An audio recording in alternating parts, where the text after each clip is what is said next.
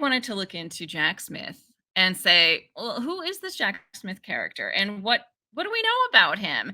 And so I started in the place where I often start, which is I did a FOIA request or I did a FOIA search. I didn't do a FOIA request. On I did an online FOIA search for Jack Smith to see what it was that I could find out about Jack Smith. And I found something.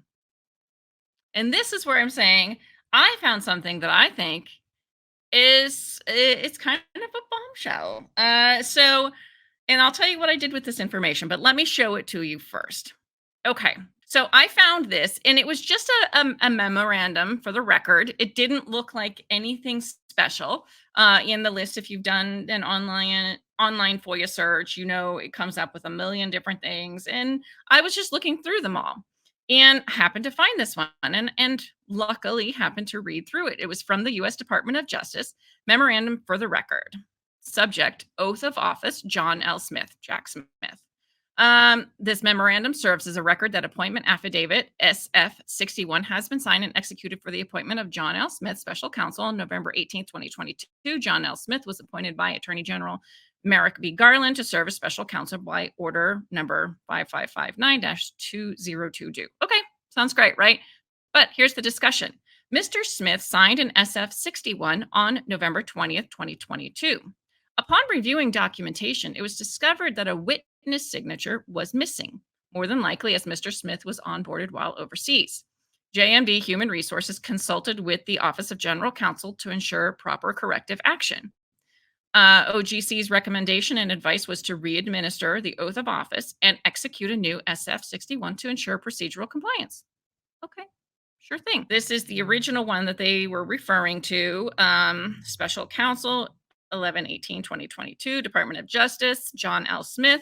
There's the oath of office, the affidavit, and they have Jack Smith's signature right here, November 20th, 2022. And this is the part they're talking about here. This signature of officer, I know it's a bit dark, but signature of officer, it says subscribed and sworn or affirmed before me this 20th day of November 2022, but there's no one signed it, right? There's no seal, there's no sign, there's nothing. So they needed to redo it. That's what the lawyers that they asked about this. They said, yeah, you need to, again, their recommendation, the Office of General Counsel, was to re-administer the oath of office and execute a new SF 61 to ensure procedural compliance. Okay. So I went down and I looked and I said, okay, yeah, special counsel, 11/18/2022, John Lumen Smith, oath of office, affidavit, blah, blah, blah. Okay, Jack Smith's signature. Okay, looks like they get a witness this time. Not sure who that is. Washington, D.C., sworn before me, subscribed and sworn or affirmed before me this 14th day of September 2023. Wait a second. This is what I'm thinking to myself.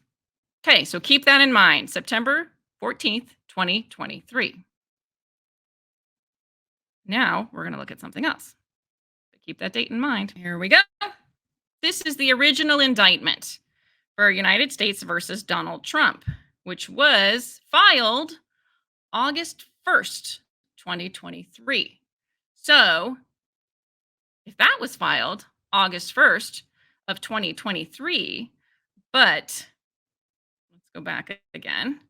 Jack Smith wasn't re-administered the oath and signed until September 14th, 2023. That's a month and a half or so after he filed the indictment. Isn't that interesting? So, not only is his whole position and his whole office potentially not even constitutionally valid, he wasn't ever reaffirmed and re-signed until a month and a half after he filed the indictment. So, indeed. So I was just kind of like, is this for real here? So I had to go take this to my husband. I'm like, you're seeing this too, right? The dates don't add up. He wasn't re-administered the oath of office and reaffirmed until a month and a half after he already filed the indictment. Is the indictment even legal at this point? Snoopy saying no seal either. Yeah, sometimes depending on. I used to be a notary. Sometimes it's required, sometimes it isn't. It depends on the paperwork. But the dates, he was not re-administered the oath until September 14th, 2023. Now, somebody may say, well, that's just paperwork. But it's not just paperwork because the Office of General Counsel felt that it was important enough that they needed to re-administer the oath, right? Because this is what they said. Okay. The Office of General Counsel, to ensure proper corrective action, recommended, and their advice was to re-administer the oath of office, which means that the original one was not valid. Otherwise, they would not need to re-administer it, and execute a new SF-61 to ensure procedural compliance. So their own lawyers are saying, yeah, you need to redo that. What? So the indictment, yes, Nathan is getting it. The indictment may not be at all valid because if his office, well, first of all, his office may not even be constitutionally valid based on the other memorandum that we read, but like his appointment wasn't even official until a month and a half after he filed the indictment. What? So, what did I do? What did I do?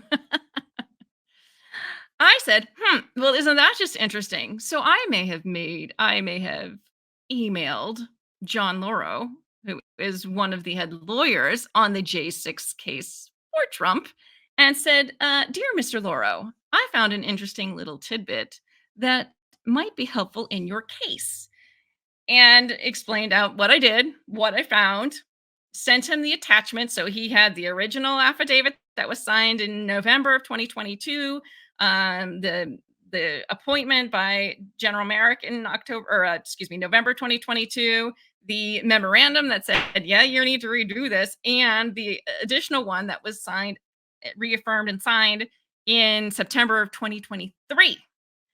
And so I was like, just thought you might like this. He got back to me within 4 minutes and said, yes, thanks, we are on it.